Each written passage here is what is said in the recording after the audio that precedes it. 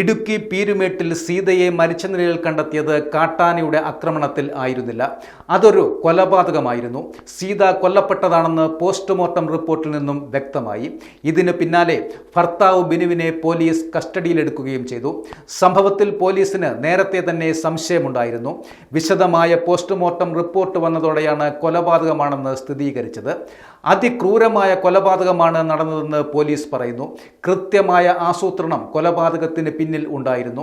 പോലീസിനുണ്ടായ സംശയമാണ് മരണം കൊലപാതകമാണെന്നതിലേക്ക് എത്തിച്ചേരുന്നത്. സീതയുടെ ശരീരത്തിൽ കാട്ടാന ആക്രമിച്ചതിൻ്റെ വലിയ മുറിപ്പാടുകളൊന്നും കാണാത്തത് കൊണ്ട് തന്നെ പോലീസിന് സംശയമുണ്ടായിരുന്നു. സീതയെ ശക്തമായി അടിക്കുകയും തല 2 തവണ നിലത്ത് അടിക്കുകയും ചെയ്തിട്ടുണ്ട്. സീതയെ പാറയിലൂടെ വലിച്ചിഴച്ചു. ഇരുഭാഗത്തെയും 6 വാരിയെല്ലുകൾക്ക് പരുക്കുണ്ട്.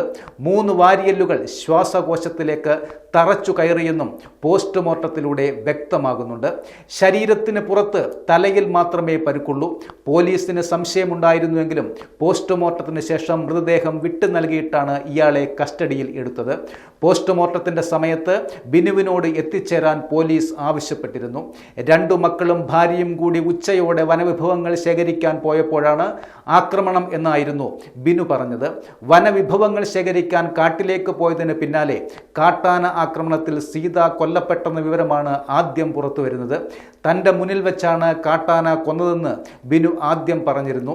കാട്ടാന തന്നെയും ആക്രമിച്ചു എന്നും വാരിയലിന് വേദനയുണ്ടെന്നും ഇയാൾ പറഞ്ഞിരുന്നു. പിന്നീട് ശബ്ദം കേട്ടെത്തിയപ്പോഴാണ് സീത മരിച്ചു കിടക്കുന്നത് കണ്ടതെന്നും ബിനു പറഞ്ഞു. ഇത് പോലീസിൽ സംശയമുണ്ടാക്കി. സംഭവത്തിൽ കുട്ടികളുടെ മൊഴിയും പോലീസ് രേഖപ്പെടുത്തും.